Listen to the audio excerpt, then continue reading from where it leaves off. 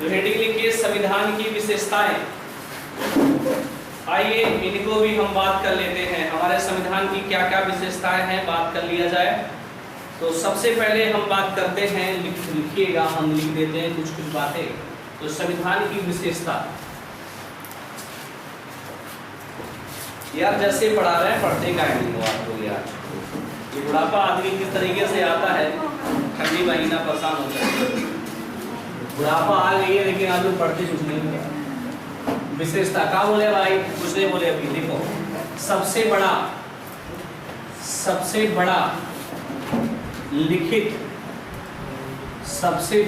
लिखित संविधान किसका है? भारत का। सबसे बड़ा है और लिखित भी है। सबसे बड़ा और बीच में कर लेना, और लिखित संविधान। जो भारत का संविधान है विश्व का सबसे बड़ा है और लिखित भी संविधान है। इसमें कितने अनुच्छेद हैं? तो पहले भाग पूछे, भाग 22 है। अगर पूछे अनुच्छेद कितने हैं? 395 है। अनुसूची कितनी है? अनुसूची कितनी है? 12 अनुसूची वर्तमान में। पहले कितनी थी काशीराम? वर्तमान में पहले कितनी थी? 8 थी। 4 थी जोड़ा गया है, वो पढ़ाएंगे, टेंशन ना लेना। अनुसूची जब पढ़ाएंगे तब ये हम विशेषता पढ़ रहे हैं। पहले 8 थी। आप कहोगे यार अभी पेट में आया था तो वहां पे भी भाग 22 और भाग 25 की चर्चा हुई थी, तो भाग 22 को माना था। काहे माना था? हल्ला करा, देखा।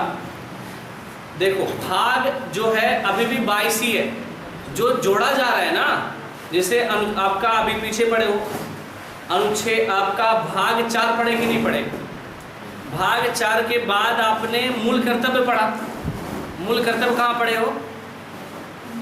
4 का क्या पढ़े? 4 का क्या पढ़े? क्या वो 5वां कहलाएगा कि 4 का क्या कहलाएगा? चौथा कहलाएगा ना। 4वें खंड बटा है। बात समझ में आया? वो 4 का खंड है। ऐसे 9 वो जो भाग है 9 का क्या ऐड हुआ है, ना कि 10वां भाग हुआ या 16वां भाग ऐड हुआ है। समझ में आया? तो याद रखिएगा जो भाग ऐड हुआ है वो 4 है तो 4 का क्या में ऐड हो गया, वो 4 ही तो कहलाएगा। 9 है तो 9 का क्या बन गया, 10 है तो 10 का क्या बन गया, 11 है तो 11 क्या बन गया। नया तब कहते जब आपका 22 के बजाय वो 23 हो जाता, 23 की बजाय 24 हो जाता, तब ना नया कहती। तो यही नाते अगर पूछे भाग कितने हैं तो हमेशा 22 मार के आना। लेकिन अगर भाग 22 नहीं दिया तब आप 25 पे चले जाना। ठीक भाई? अरे समझे हो? ये पे थोड़ा फोकस किया। अनुच्छेद भी आप 395 है, अनुच्छेद भी 395 में है। अब आप कहोगे अनुच्छेद 21 पढ़े थे, तो जो जोड़ा गया वो कौन सा जोड़ा गया? 21 के क्या जोड़ा गया है, ना कि अलग से 396 कर दिया गया। अभी भी 395 ही है, ना कि 396, 397, 398 नहीं पहुंचा। लेकिन 395 के पहले जितने अनुच्छेद थे वही में कह दिया गया ये 30 का कै हो, ये 30 का ख हो, ये 30 का ग हो। ऐसे मिला के देखा जाए तो 450 अनुच्छेद से ज़्यादा हो गए हैं। लेकिन याद रखना अभी भी 395 अधिकतम संख्या है, 22 अधिकतम संख्या है। समझ में आया कहने का मतलब क्या था? लेकिन आप लोग रटे होगा कि हमको पढ़ाई वाला 25 भाग कहेंगे 475 अनुच्छेद, तो काहे हो, ये रीजन आपको बता दिए। तो ये याद रखिएगा। अनुसूची कितनी है? 12 अनुसूची वर्तमान में, पहले 8 थी। तो ये 4 संविधान संशोधन के तहत 4 नए जोड़े गए हैं। समझ में आ गया? तो ये रहा आपकी इतनी बातें। एक नगर पंचायत वाला, नगर पालिका ग्राम पंचायत वाला, एक नगर पंचायत वाला, एक दल बदल वाला, कुछ याद बगनाए ये कुल नया जोड़ कर। तो ये 4 नए जोड़ेगा, वो बातें पढ़ा देंगे।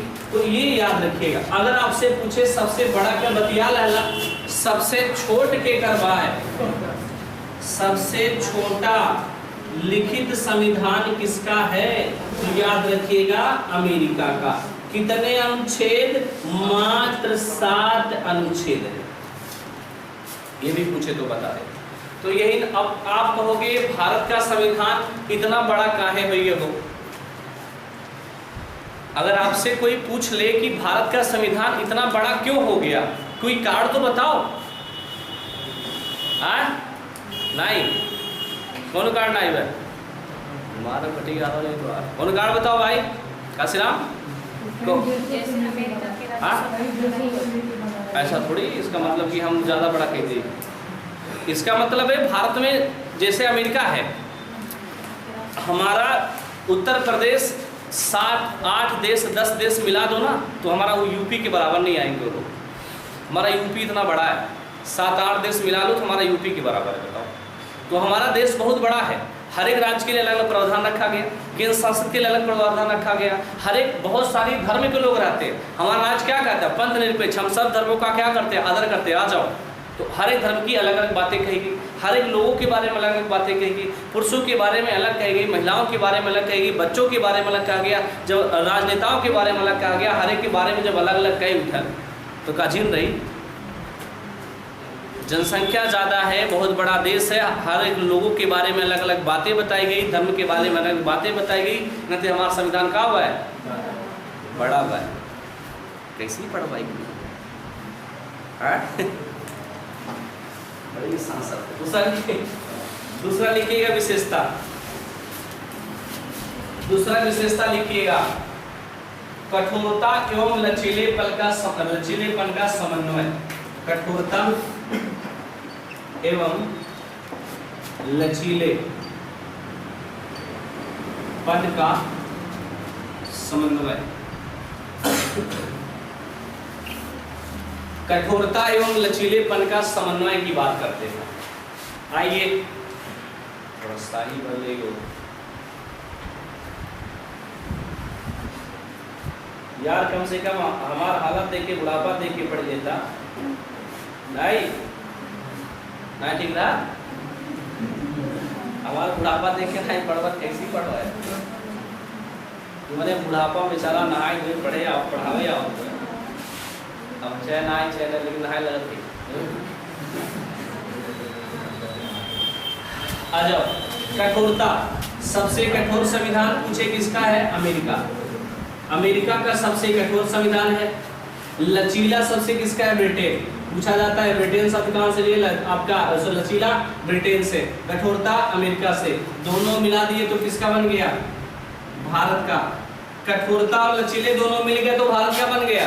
और अमेरिका का सबसे कठोर है और लचीला किसका है, ब्रिटेन का। और ये कठोरता का क्या मतलब हो, कठोरता का क्या मतलब है, हाँ हेलो हाय,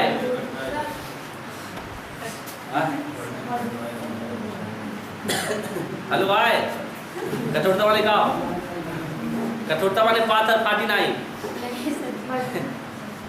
कठोरता माने ऐसा कि माने पत्थर नहीं है फाटी नहीं ऐसे कि फाड़ दे।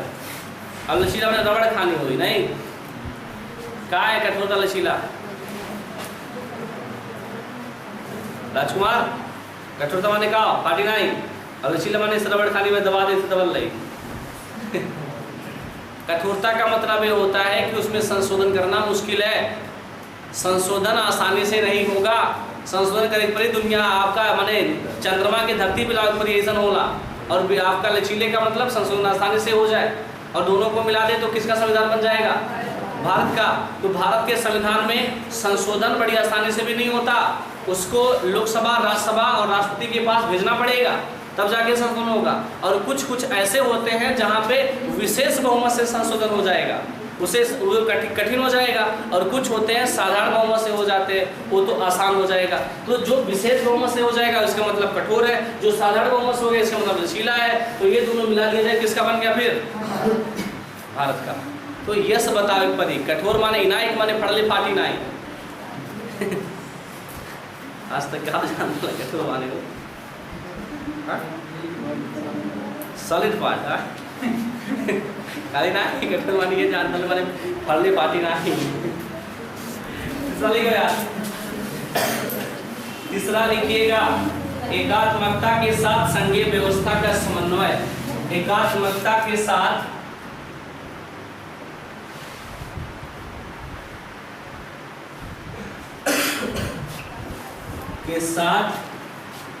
संघीय व्यवस्था का समन्वय। एकात्मकता के साथ संघीय व्यवस्था का समन्वय, ठीक है। एकात्मकता कहां से लिया गया तो बताना, ब्रिटेन से। संघीय शब्द कहां से लिया गया, अमेरिका से। दोनों मिला दिया कहां बन गया, भारत का। तो एकात्मकता के साथ संघीय व्यवस्था का समन्वय क्या है? ये है।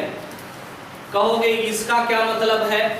एक बात बताओ, क्या राज्य अपना पैसा खुद कमाता है क्या? क्यों? केंद्र पे डिपेंड है, केंद्र पे डिपेंड है, कुछ पैसा तो अपने कमाएगा, बाकी तो राज्य पे केंद्र पे डिपेंड है ना। तो वही कहा गया है कि जो हमारे राज्य होते हैं वो किस पे डिपेंड है? केंद्र पे डिपेंड है।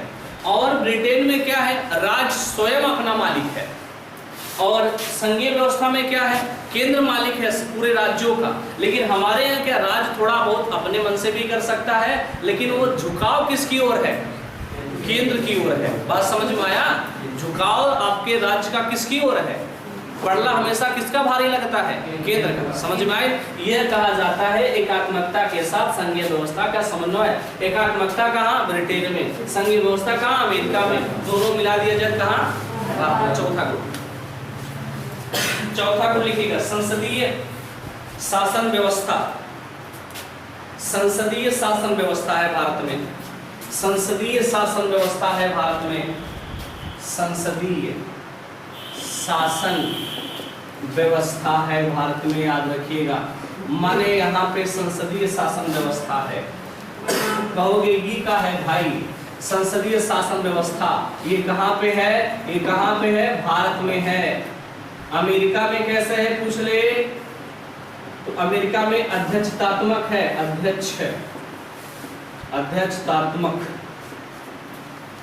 और ये जो संघीय शासन व्यवस्था, संसदीय शासन व्यवस्था होता है, इसे क्या कहा जाता है? Westminster model, Westminster model कहा जाता है, वेस्ट मिनिस्टर मॉडल कहा जाता है। याद रखिएगा संसदीय शासन व्यवस्था को।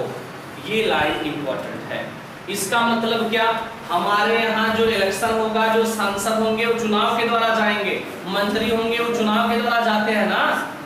अरे मंत्री राजनाथ सिंह जो इस समय रक्षा मंत्री है, उनको तो चुनाव भइला तब ना वो जीता है। और वहां पे जो अध्यक्षात्मक होता है, वहां पे चुनाव नहीं, एक आदमी चुनाव लड़ेगा, अपना मंत्री अपने मन से किसी को बना सकता है। क्या हमारे प्रधानमंत्री अपने मन से किसी मंत्री को बना सकते हैं का? नहीं, जो चुनाव के द्वारा जीता है उसी को बना सकते हैं। समझ में आए? एक ही कह संसदीय शासन व्यवस्था। अरे समझ में आया हो कि नहीं आया? बचवा लिखा ना फिर अगर आए होता है। लिखिएगा एकीकृत एवं स्वतंत्र न्यायपालिका, एकीकृत एवं स्वतंत्र न्यायपालिका। पांचवा, एकीकृत स्वतंत्र न्यायपालिका, एकीकृत एवं स्वतंत्र न्यायपालिका हमारे भारत में है। हो गया। ये कहाँ है? भारत में। दोनों मिला दिया जाए। और अमेरिका में कैसी है? दोहरी न्यायपालिका है। अमेरिका में पूछे कैसी है? दोहरी न्यायपालिका है। आप कहोगे ये क्या बली है? और आप बली पढ़ा देते ये के। देखा, सुना ध्यान से। दोहरी न्यायपालिका का मतलब क्या होला? दोहरी न्यायपालिका का मतलब ये होता है, हमारे यहाँ क्या है? सुनो, हमारे यहाँ क्या है? पहले कोनो छोट मोट मैटर बात कहाँ चल जाए? डिस्ट्रिक्ट कोर्ट, जिला वाले में। अगर तनी बड़ा भाई तो कहाँ चल जाए? High court. उससे बड़ा भाई तो कहाँ चल जाए? Supreme court. जा सकाला कि नहीं? लेकिन अमेरिका में क्या है? अमेरिका में दुइये कोर्ट बा, हाई और सुप्रीम। अगर हाई में मान लो डिस्ट्रिक्ट हो, मान लो यो हो, अगर डिस्ट्रिक्ट वाला कह दी फलाने आदमी को फांसी मिली तो मिली, समझ में आए? लेकिन हमारे यहाँ अगर हाई कह दी जो फांसी मिली तो कहाँ चल जावा? अगर यूं कहना फांसी मिली कहाँ जावा? लेकिन ये अगर ही कहना फांसी मिली कहूँ ना जा पाएगा। तो यहाँ तो दोहरी न्यायपालिका है। हमारे यहाँ का एकीकृत और स्वतंत्र न्यायपालिका मैंने सब एक दूसरे से कहाँ है? एकीकरण में जुड़े पड़े हैं। समझ में आए? तो अगर यहाँ फांसी बात यूँ जा सकाला, लेकिन अगर यहाँ फांसी मिल गई तो यह तो आपका रास्ता बंद है, सजा यहाँ हो गया तो आप यहाँ नहीं जा सकते। ये कहते हैं दोहरी न्यायपालिका। हमारे यहाँ एकीकृत है ना, तो ठीक बा, ठीक बा। दूसरा उसको कह ले मैंने पापी भी बन ले, ऊपर तक जा सका नहीं। आगे चौथा या पांचवा लिखिएगा, संसदीय संप्रभुता एवं संसदीय संप्रभुता, संसदीय संप्रभुता एवं न्यायिक सर्वोच्चता में समन्वय। संसदीय संप्रभुता, संसदीय संप्रभुता एवं न्यायिक सर्वोच्चता में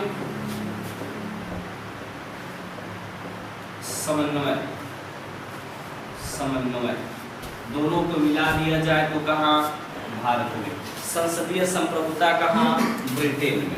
संसदीय संप्रभुता कहाँ? ब्रिटेन में। ये आपका न्यायिक सर्वोच्चता कहाँ? अमेरिका में। ये दोनों मिला दिया जाए तो कहाँ? भारत में। ब्रिटेन में संसद ही क्या है? संप्रभु है, संसद ही सबसे बड़ा है। लेकिन अमेरिका में कौन बड़ा है? न्यायालय सबसे बड़ा है। हमारे यहाँ दोनों भाई है सब कुछ, संसद अपने जगह पे बड़ा है और न्यायालय अपने जगह पे बड़ा है। समझ में आया? ये रहा इतनी विशेषता। अगली विशेषता की ओर बढ़िएगा।